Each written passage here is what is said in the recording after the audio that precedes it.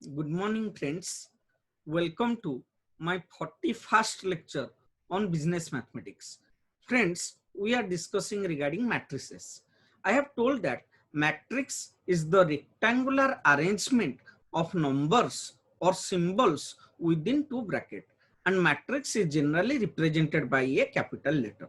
We have discussed matrix. Then we have discussed different type of matrices.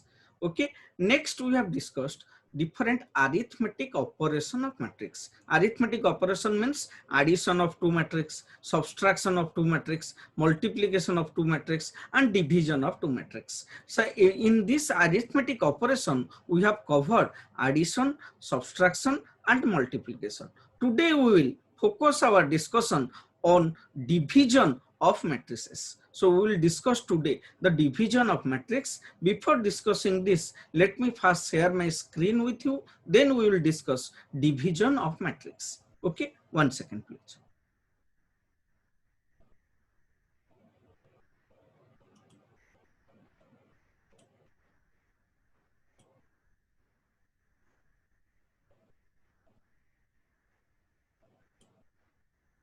Okay friends, we are discussing now division of matrix.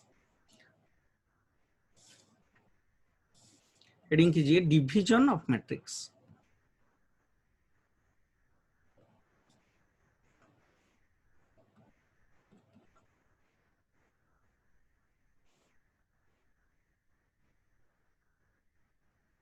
Division of matrix. So पहले बात करेंगे कौन सा condition fulfil होगा तो दो matrix divide हो सकता है. तो लिखेंगे मल्टीप्लिकेशन में जो रूल था डिवीजन में वही रूल है.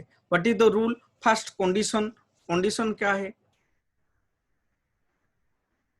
Condition for division.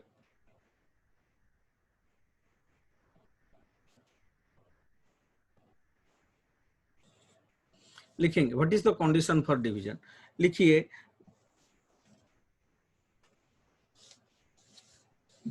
the number of columns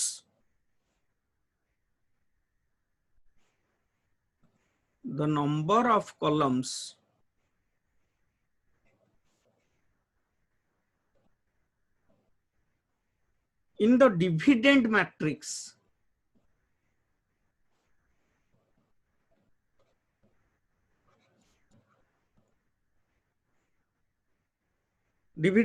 that is the first matrix must be equal to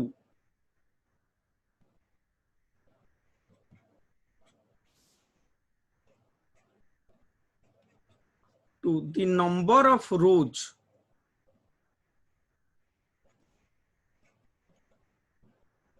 in the divisor matrix,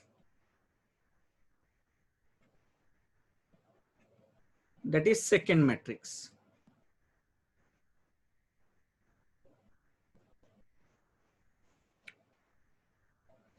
Then only division of matrix is possible.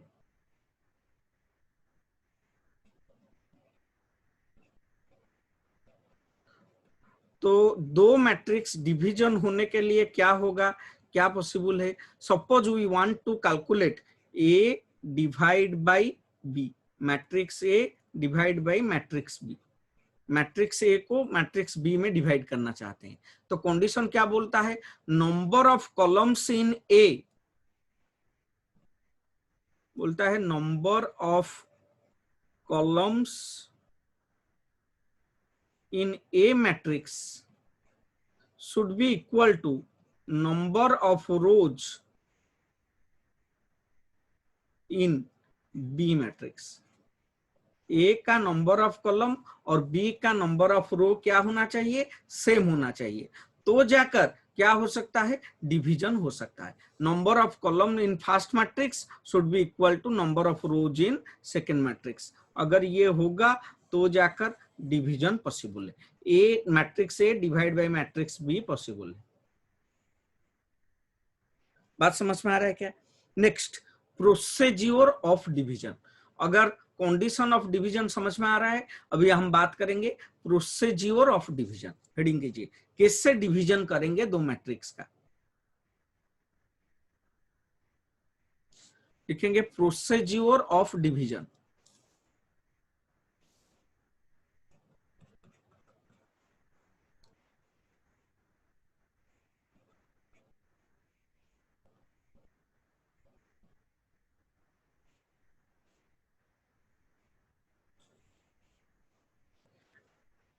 बेटा procedure of division क्या है?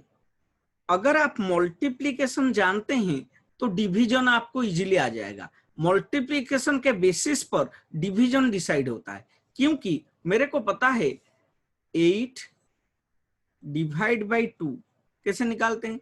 हमको पता है 8 divide by 2 is equal to 8 into 1/2। बेटा समझ में आ रहा है क्या? तो that is equal to 8 into reciprocal of 2, इसको बोलते हैं रेसिप्रोकल। सो 2 का रेसिप्रोकल क्या है? 1/2। सपोज मेरे को पता है 9/3, that is equal to 9 into 1/3, that is equal to 9 into reciprocal of 3।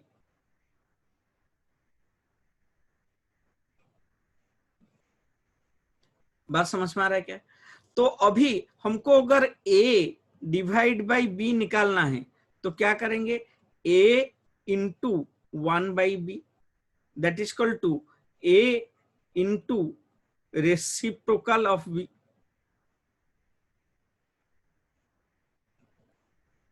तो a बाई b निकालना जो है a into reciprocal of b या 1 वो निकाल 1/b निकालना वही है। यही फॉर्मूला को, यही चीज को हम क्या करेंगे? अप्लाई करेंगे और क्या करेंगे? मैट्रिक्स, दो मैट्रिक्स के बीच में डिवीजन करेंगे। समझ में आ रहा है? अभी देखेंगे ये चीज को, ये कॉन्सेप्ट को अप्लाई करके हम क्या करेंगे, इसको करेंगे। तो लिखेंगे एग्जाम्पल।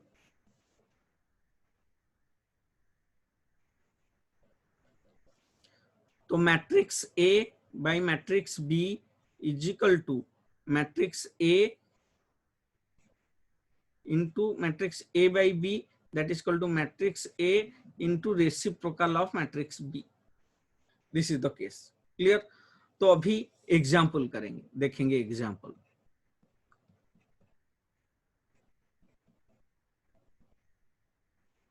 क्वेश्चन दिया हुआ है, suppose matrix A is equal to, matrix A is equal to 4 2 3, लिखेंगे 4 2 3। नेक्स्ट है 4 5 6।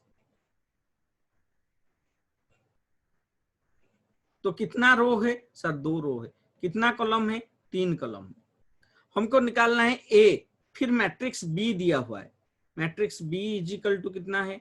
मैट्रिक्स बी दिया हुआ है, लिखो 1 2 3 4, नेक्स्ट 5 6।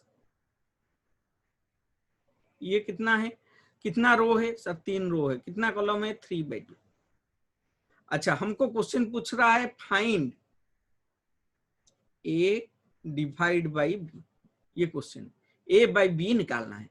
पहले देखेंगे ए बाई बी निकल सकता है या नहीं, कंडीशन, कंडीशन फुलफिल होता है या नहीं। सॉल्यूशन, पहले सॉल्यूशन करेंगे। सॉल्यूशन का पहला कंडीशन लिखेंगे, सॉल्यूशन। पहला कंडीशन, कंडीशन क्या बोलता है? Number of column in A. बेटा number of column in A कितना है? दैट इज इक्वल टू, कितना कॉलम है सर? 3 कॉलम है, C1 C2 C3, 3 कॉलम, 3। अच्छा, number of rows in B.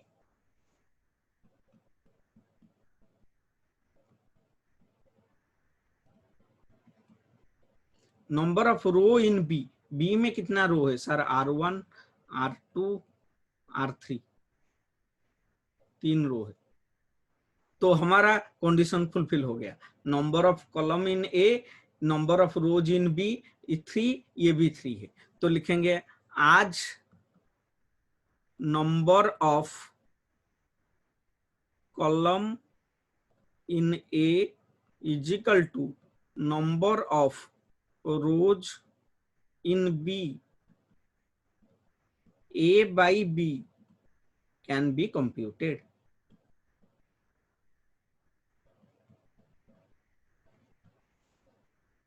Clear? A by B निकाल सकते हैं। फिर लिखेंगे A by B is equal to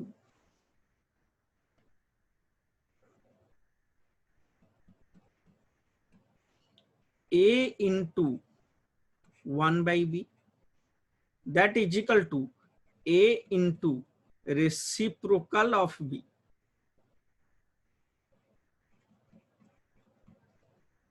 अच्छा, व्हाट इज ए कितना है? ए कितना है लिख लेते हैं। ए कितना है सर? ए है 4 2 3, और कितना है 4 5 6 इंटू बी। बी क्या है? बी तो नहीं है, reciprocal of B. Reciprocal of B मतलब बी में जो जो आइटम है 1 डिवाइड बाई वो आइटम कर देंगे, रेसिप्रोकल ऑफ बी आ जाएगा। क्योंकि 5 का रेसिप्रोकल है 1/5, 6 का रेसिप्रोकल है 1/6, 7 का रेसिप्रोकल है 1/7, बी का रेसिप्रोकल है 1/b। ये रॉफ। तो यहां पर क्या हो जाएगा? Into B, reciprocal of B. बेटा रेसिप्रोकल ऑफ बी निकालो, इंटू बी का फर्स्ट आइटम कितना है 1, तो 1 का रेसिप्रोकल होगा 1/1। बी का सेकेंड आइटम कितना है सर?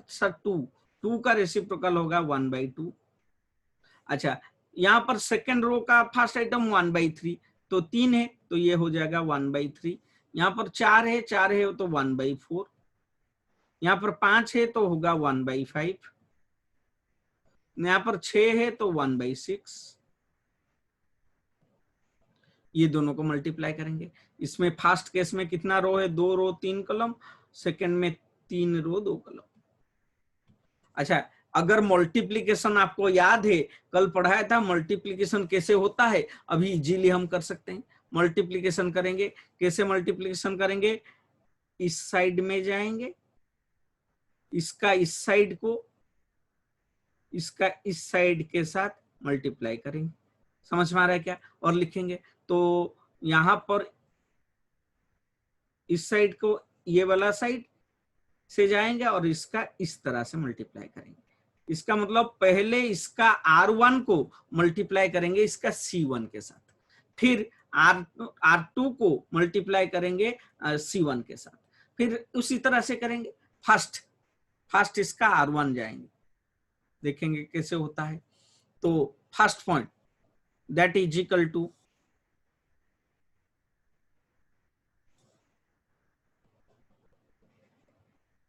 देखेंगे फर्स्ट आइटम 4, इसका first item 1, 1/1 is equal to 1, तो that is equal to 4 into 1 plus इसका सेकेंड आइटम 2, इसका है 1/3, तो होगा 2 into 1/3 प्लस इसका थर्ड आइटम 3, इसका है 1/5 प्लस 3 into 1/5। बेटा समझ में आ रहा है क्या? 4 into 1, नेक्स्ट 2 into 1/3, 4 into 1, फिर 2 into 1/3, नेक्स्ट 3 into 1/5। इसका रो वाइज जाते हैं, इसका कॉलम वाइज जाते हैं। सब सिमिलरली सेकेंड रो में यहां पर जाएंगे 4 into 1 प्लस इसका गया, इसका नेक्स्ट आइटम 5 into क्या होगा 1/3, 4 into 1, next 5 into 1/3 plus 6 into 1/5। बेटा समझ में आ रहा है क्या? फिर इस साइड में फर्स्ट रो खत्म हो गया, इसका R1 का कंप्लीट हो गया, फिर इसका कौन सा करेंगे? R1 का हिसाब चला गया, C1 के साथ मल्टीप्लाई हो गया, फिर C2 के साथ मल्टीप्लाई करेंगे, C2 के साथ हिसाब होगा। इसी तरह से जाएंगे 4 into क्या हो जाएगा 1/2 प्लस कितना आएगा 2 इंटू 1/4 प्लस 3 इंटू 1/6, फिर इसका गया, फिर सेकेंड रो में भी 4 है, 4 इंटू 1/2 प्लस 5 है, 5 इंटू 1/4 प्लस 6 इंटू 1/6।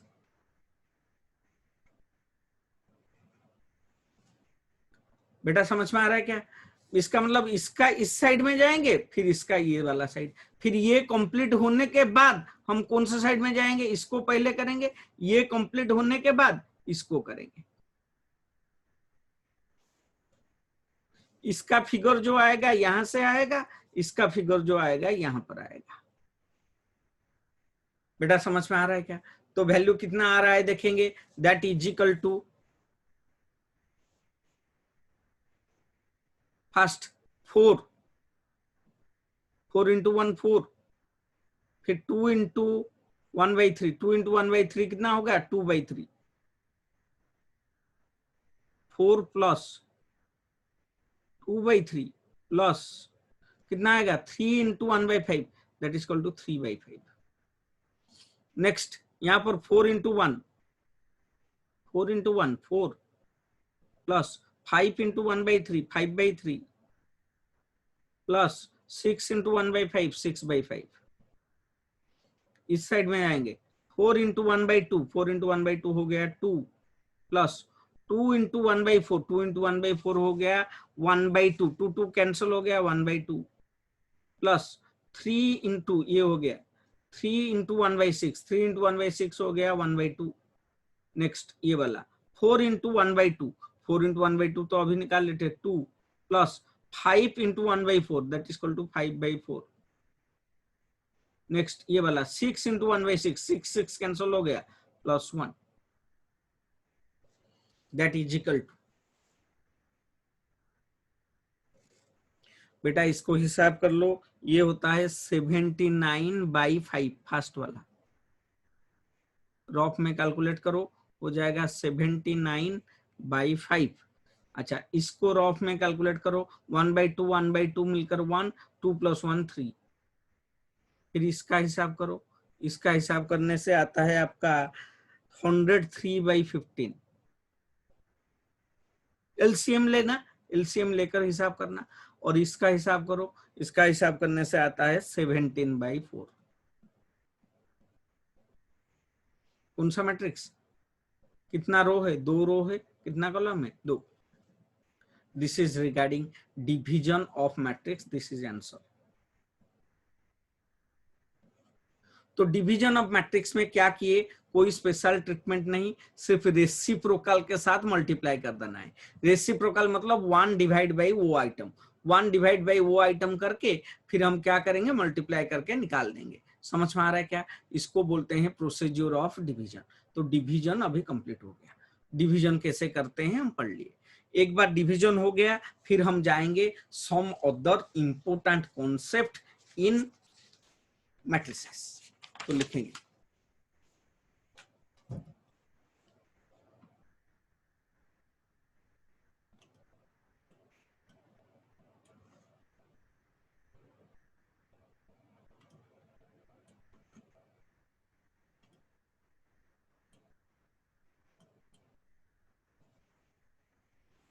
हेडिंग करो 4 important concept in matrices.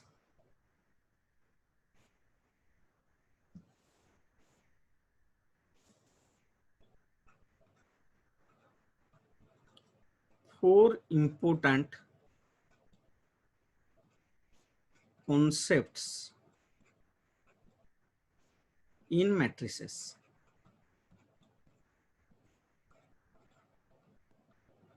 Matrices में 4 कॉन्सेप्ट इंपोर्टेंट है। ये 4 इंपोर्टेंट कॉन्सेप्ट क्या क्या है उसके बारे में अभी पढ़ेंगे। What are the 4 important concept of matrices?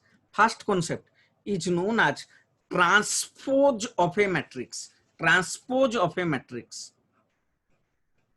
ये क्या है पढ़ेंगे। Transpose of a matrix. अगर ए एक मैट्रिक्स से, इसका ट्रांसपोज को बोलते हैं ए डैश। तो transfer of a matrix that is denoted as A dash. B एक मैट्रिक्स से, उसका ट्रांसपोज होगा बी डैश। सी एक मैट्रिक्स से, उसका ट्रांसपोज होगा C dash. second concept is determinant of a matrix।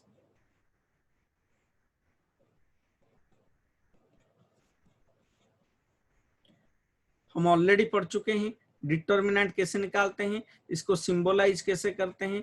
This is the symbol of determinant of a matrix. Third concept is adjoint of a matrix.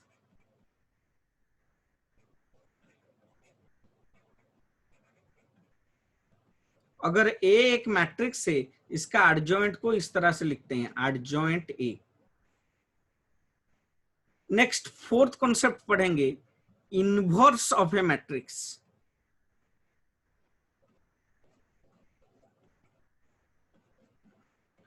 अगर A एक matrix है, इसका inverse को बोलते हैं ए टू द पावर -1। इसको बोलते हैं इनवर्स ऑफ ए मैट्रिक्स। तो कितना कॉन्सेप्ट है, 4 इंपोर्टेंट कॉन्सेप्ट है। ये चारों कॉन्सेप्ट को पढ़ना पड़ेगा। पहला है ट्रांसपोज ऑफ ए मैट्रिक्स, दूसरा है डिटर्मिनेंट ऑफ ए मैट्रिक्स, तीसरा है एडजॉइंट ऑफ ए मैट्रिक्स, चौथा है इनवर्स ऑफ ए मैट्रिक्स। हम शुरू करेंगे transpose of a matrix. Transpose क्या है, डिटर्मिनेंट क्या है, एडजॉइंट क्या है, इनवर्स क्या है। 4 term, transpose, determinant, adjoint, inverse. ये चारों मैट्रिक्स का क्या क्या है हम पढ़ेंगे। पहले शुरू करते हैं transpose of a matrix. Heading कीजिए, transpose of a matrix.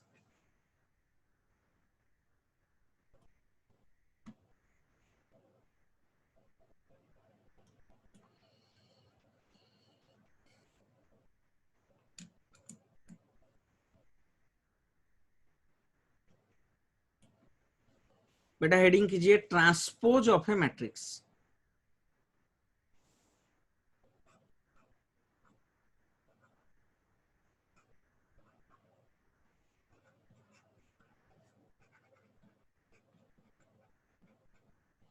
What is transpose of a matrix बात करेंगे। लिखेंगे what is transpose of a matrix. अगर एक मैट्रिक्स है, उसका रो को कॉलम बना दो या कॉलम को रो बना दो, जो मैट्रिक्स मिलेगा उसको बोलेंगे ट्रांसपोज ऑफ ए मैट्रिक्स। तो transpose of a matrix is the matrix obtained by changing the rows of a matrix to column और columns of a matrix to row, that is known as transpose of a matrix. तो किसी भी matrix का रो को column बनाओ या column को रो बनाओ, जो मैट्रिक्स मिलता है उसको बोलते हैं ट्रांसपोज ऑफ ए मैट्रिक्स। थोड़ा लिखेंगे फिर पढ़ेंगे। First point, the matrix obtained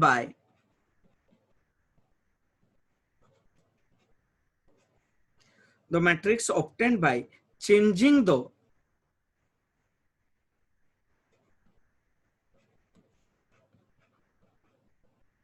rows of a given matrix into columns or else columns of a given matrix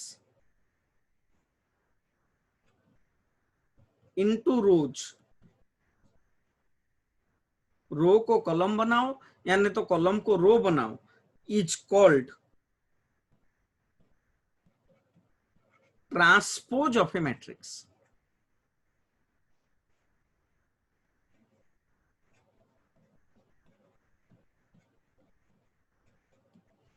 full stop। if A is a matrix, its transpose is denoted as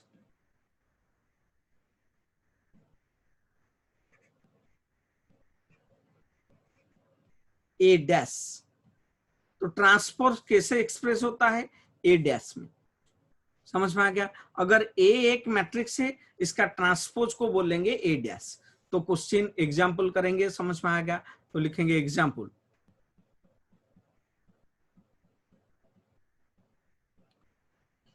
example लिखिए, suppose ए दिया हुआ है 1 2 3 4 5 6। तो can you calculate A dash? A dash क्या करेंगे? अच्छा, यहां पर कितना रो है? 2 रो है, रो को कॉलम बना देंगे। तो यहां पर R1 में क्या लिखा हुआ है? 1 2 3, उसको कॉलम वाइज बना दो, 1 2 3। अच्छा, यहाँ पर R2 में कितना लिखा हुआ है? 4 5 6, उसको कॉलम सेकेंड कॉलम बनाओ, रो को कॉलम बना दो 4 5 6। ये हो गया। ये कौन सा मैट्रिक्स था? ये था कितना?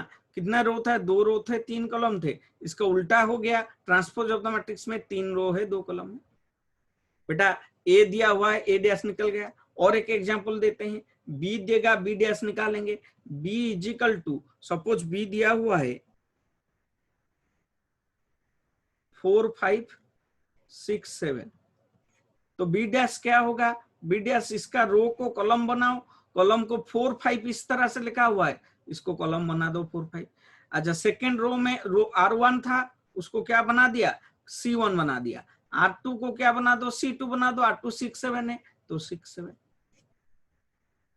इसको बोलते हैं बी डैश। तो समझ में आ रहा है क्या? तो ट्रांसपोज ऑफ ए मैट्रिक्स का मतलब क्या है? कोई गिवन मैट्रिक्स का रो को कॉलम बनाओ या कॉलम को रो बनाओ, रो और कॉलम को क्या कर दो? इंटरचेंज कर दो। समझ में आ गया? रो को क्या बना दो? रो को कॉलम बना दो, या नहीं तो कॉलम को रो बना दो। ये हो गया ट्रांसपोज ऑफ ए मैट्रिक्स। कोई मैट्रिक्स है, उसका रो को कॉलम, कॉलम को रो बनाओ, जो मैट्रिक्स मिलता है उसको बोलते हैं transpose of a matrix. Next पढ़ेंगे determinant of a matrix.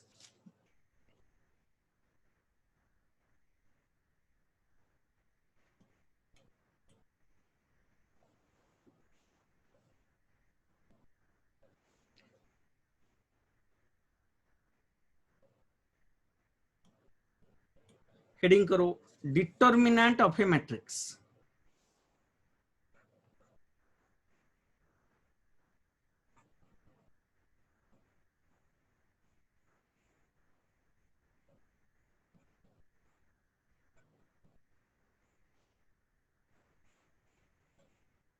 What is determinant of a matrix? इसको हम पहले पढ़ चुके हैं। Generally determinant is a value और it's a scalar, it's a number associated with a square matrix. तो लिखेंगे डिटर्मिनेंट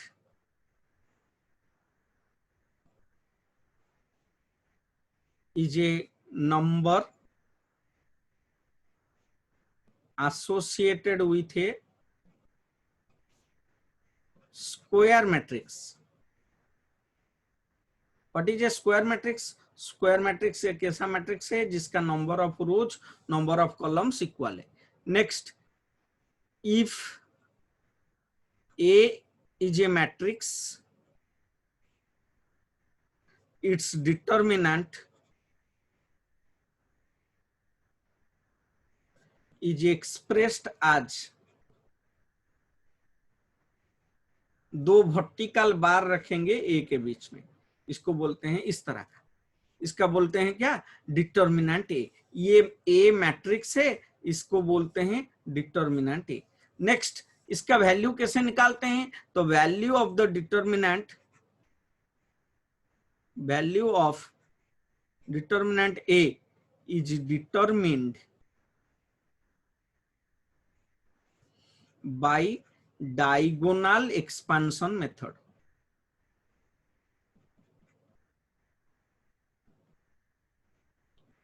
ये हम पढ़ चुके हैं। एग्जाम्पल देंगे, एग्जाम्पल लिखिए। Suppose A is a matrix that is equal to 3 4 2 6। ये है, इसका डिटर्मिनेंट को क्या बोलेंगे? 2 वर्टिकल बार A, तो ये हो जाएगा 3 4 2 6। इसका वैल्यू कैसे निकलेगा? डायगोनल एक्सपेंशन में। डायगोनल एक्सपेंशन क्या बोलता है? That is equal to 3 into 6 minus 2 into 4। 3 into 6 कितना है? 3 इंटू 6 है 18 माइनस 2 इंटू 4 कितना है? 8। तो इसका वैल्यू आता है 10। बेटा डिटर्मिनेंट ऑफ ए मैट्रिक्स होगा। Clear? Determinant of a matrix क्या है? अभी पढ़ेंगे। एडजॉइंट ऑफ ए मैट्रिक्स बहुत इंपॉर्टेंट है। Adjoint of a matrix, heading करो एडजॉइंट ऑफ ए मैट्रिक्स।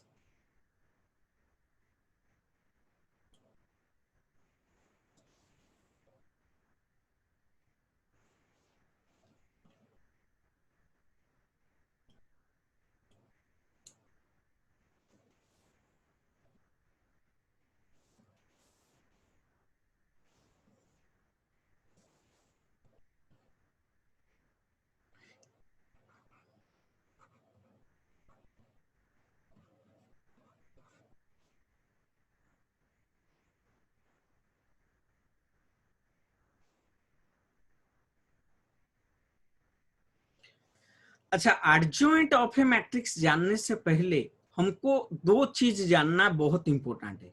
एक चीज है माइनर, एक चीज है कोफैक्टर। हम ऑलरेडी पढ़ चुके हैं। डिटर्मिनेंट में माइनर क्या है, कोफैक्टर क्या है, हम पढ़ चुके हैं। What is minor? माइनर कैसे निकलता है? माइनर निकालता है सब एलिमेंट्स का। माइनर और कोफैक्टर किसका निकलता है? एलिमेंट्स का निकालते हैं। एलिमेंट्स ऑफ ए डिटर्मिनेंट्स का निकलता है। What is minor? माइनर क्या है? माइनर एक ऐसा डिटर्मिनेंट है which is obtained by deleting the row and column in which element exist। तो लिखेंगे minor of a element is equal to the determinant obtained by deleting the row and column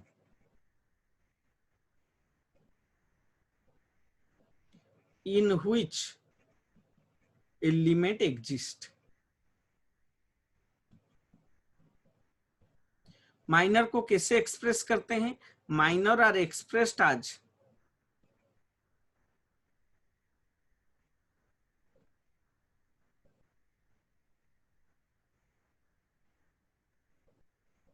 A11। First item element है, इसका minor होगा M11।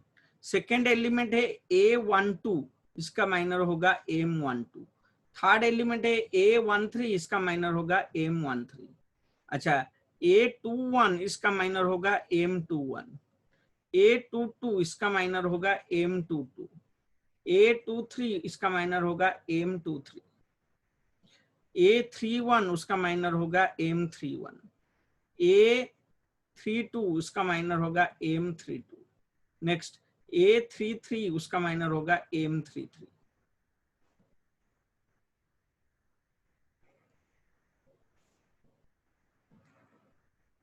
बेटा minor सारा elements का निकलता है। किसका माइनर निकलेगा?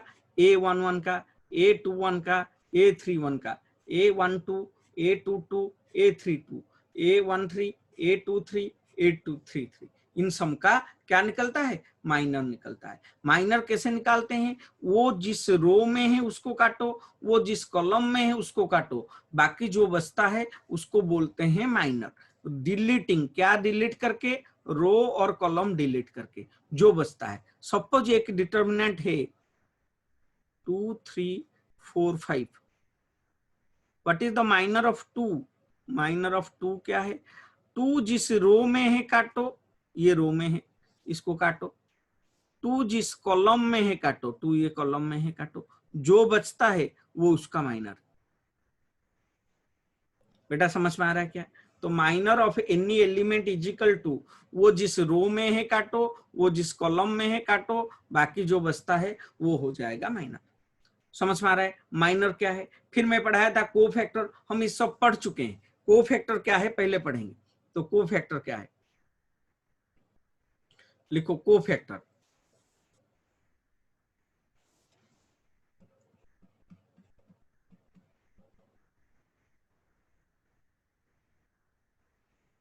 व्हाट इज को factor?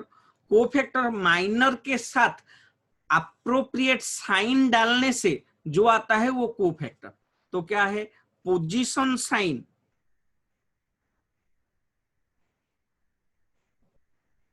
Into minor is called को फैक्टर।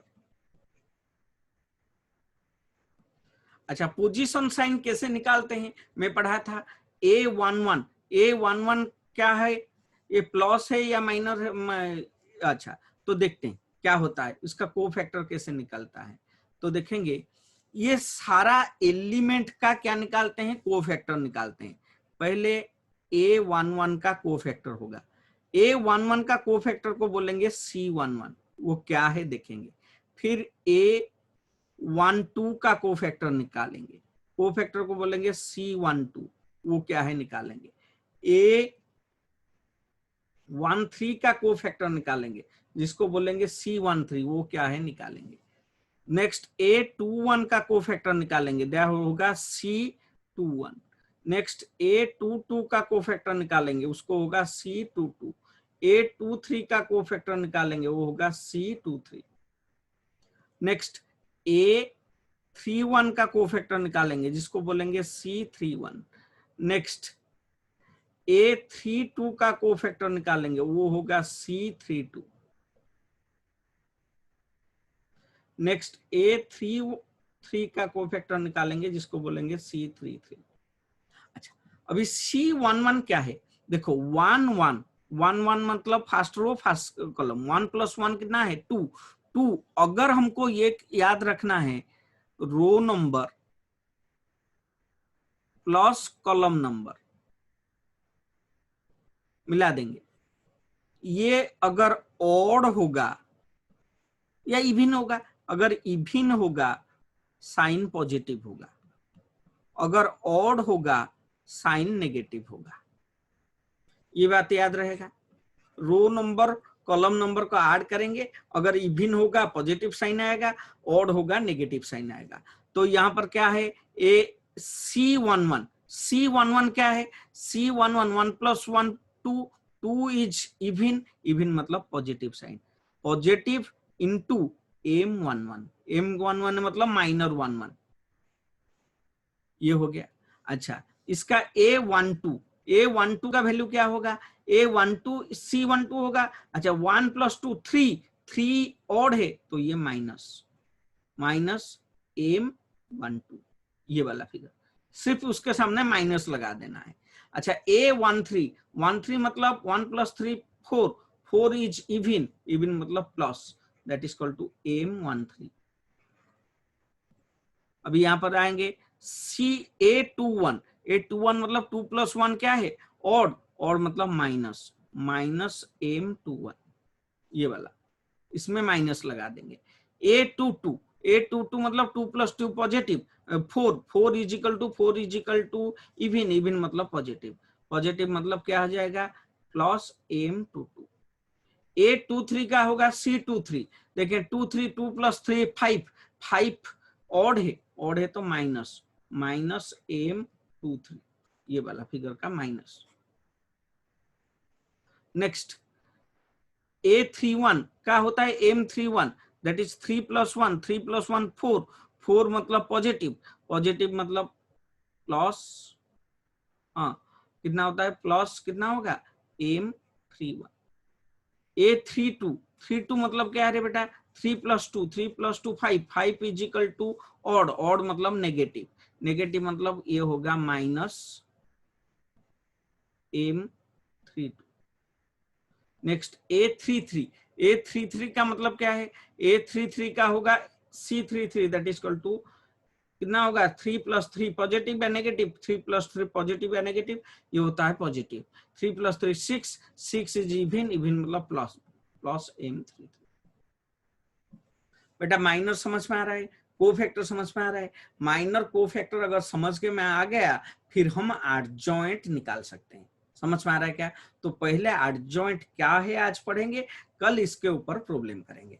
तो लिखेंगे एडजॉइंट ऑफ ए मैट्रिक्स।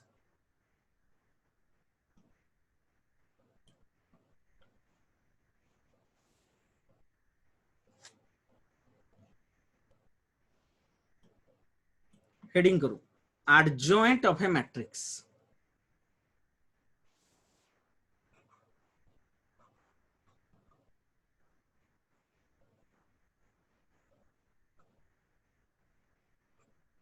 एक मैट्रिक्स का एडजॉइंट क्या है और वो कैसे निकाला जाता है, हम पढ़ेंगे एडजॉइंट ऑफ ए मैट्रिक्स। तो एडजॉइंट ऑफ ए मैट्रिक्स क्या है, मैं बता रहा था।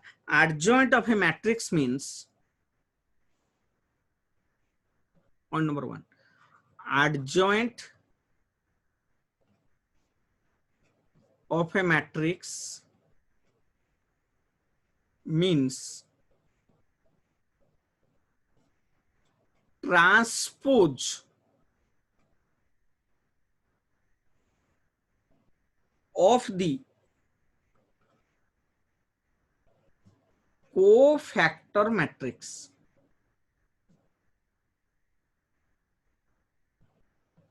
बेटा अंडरलाइन करो, यहां पर दो चीज है, क्या है, एक है ट्रांसपोज और एक है cofactor matrix.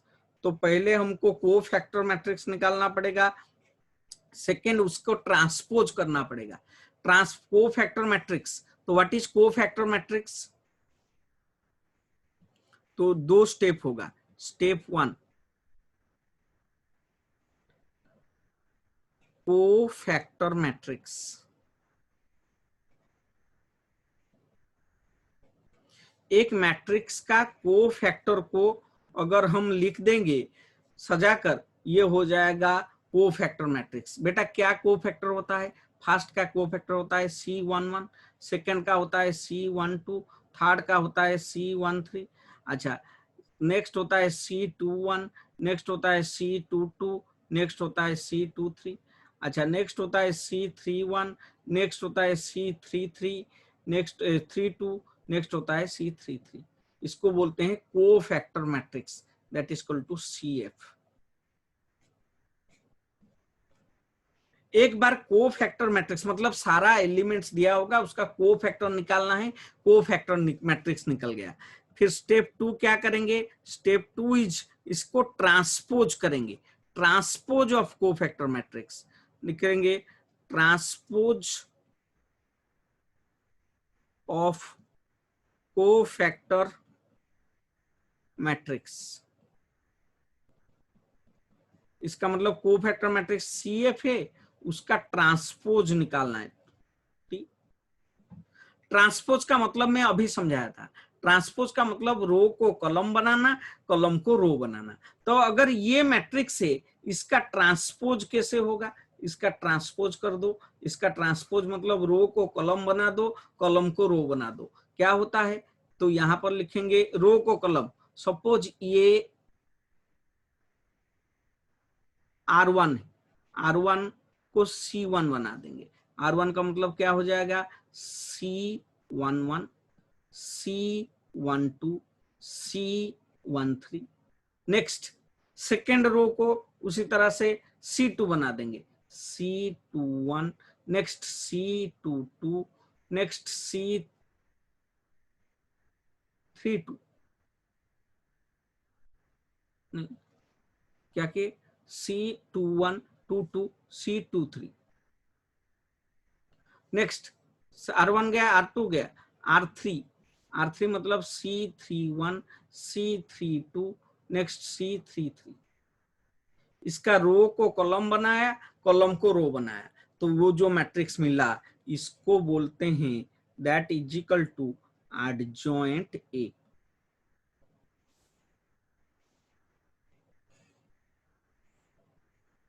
So adjoint A is the transpose of the cofactor matrix. So what is adjoint A?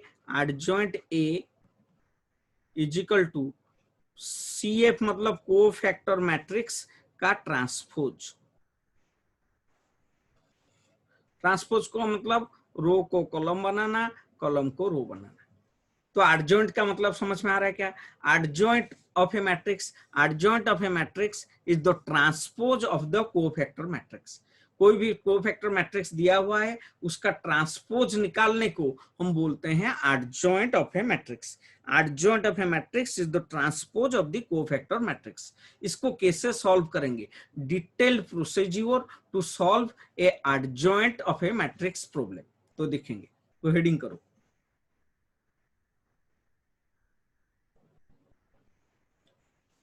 Heading करो detailed procedure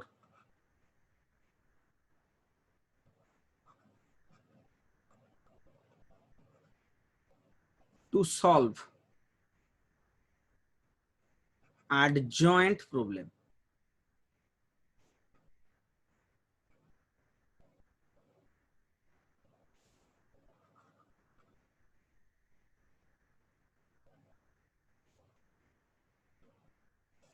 first step 1,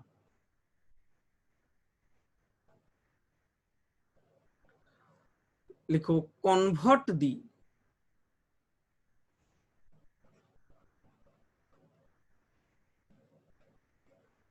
given matrix, convert the given matrix to determinant form।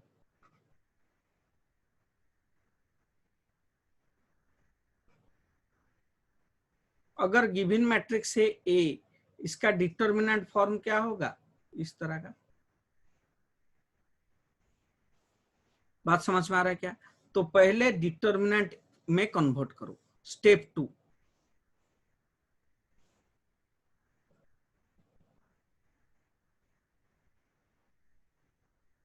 Find out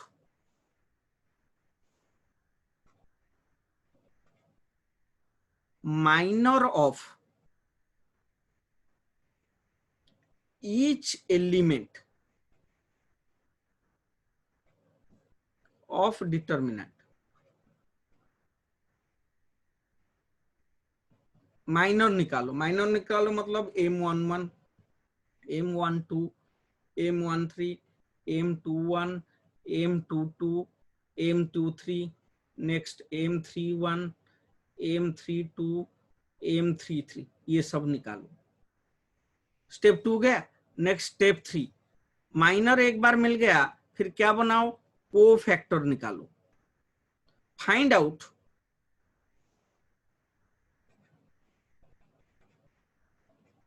cofactor of each element of determinant। तो क्या निकालो? Cofactor निकालो। Cofactor मतलब क्या हो जाएगा? C11, C12, C13, next C21, C22, C23, next C31, C32, C33, ये निकालो। नेक्स्ट स्टेप 4,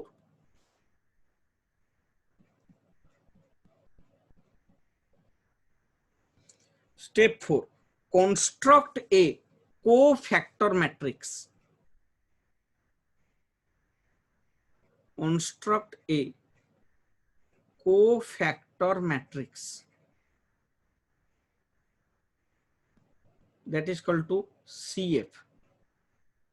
कोफैक्टर का मैट्रिक्स बनाओ। बहुत इजी है। कोफैक्टर का मैट्रिक्स कैसे बनेगा?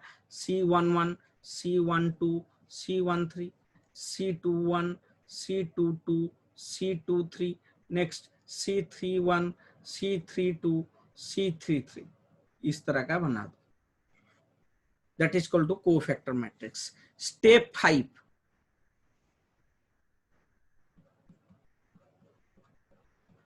Transpose the cofactor matrix, transpose the cofactor matrix that is equal to CFT। CFT क्या करेंगे? convert the rows into column and column into rows। convert the rows into column and column into row, that is equal to adjoint A. बेटा समझ में आ रहा है क्या? What is adjoint A? Clear हो जाएगा अभी एडजॉइंट ए क्या है. Adjoint A is the transpose of the determinant A. तो एडजॉइंट ए क्या है? Adjoint A is equal to cofactor matrix का क्या है? Transpose. Adjoint A is the transpose of the cofactor matrix. ये फॉर्मूला है. इसके ऊपर प्रॉब्लम हम नेक्स्ट क्लास में पढ़ेंगे, लेकिन क्या क्या स्टेप है आपको याद रहना पड़ेगा. Step 1, step 2, step 3, step 4, step 5. Step 1 क्या है? पहले जो मैट्रिक्स दिया हुआ है उसका डिटर्मिनेंट निकालिए. मैट्रिक्स को डिटर्मिनेंट फॉर्म में कन्वर्ट कर दीजिए. हर डिटर्मिनेंट का फिर माइनर निकालिए. फिर माइनर निकालने के बाद कोफैक्टर निकालना, फिर कोफैक्टर मैट्रिक्स निकालना, फिर कोफैक्टर मैट्रिक्स का ट्रांसपोज निकालना. ये सबको बोलते हैं adjoint A is the transpose of cofactor matrix. Cofactor matrix का ट्रांसपोज है एडजॉइंट ए. क्लियर है क्या? इसके ऊपर डिटेल प्रॉब्लम हम नेक्स्ट क्लास में पढ़ेंगे. ठीक है. So before concluding my session, let me repeat. If you have not subscribed to my channel, kindly subscribe my channel. My channel is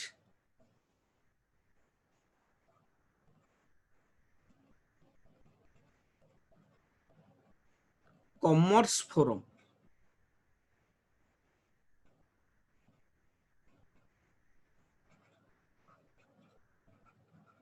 Once you subscribe this channel, kindly press the bell icon so that you can get all my latest videos as and when I upload it in YouTube, and press the like button if you really like my videos. Okay. And if you have any doubt, you can contact me in my email ID. My email ID is biswamisra@gmail.com. Thank you. Thank you all for watching my videos. Thank you. Thank you. Have a nice day.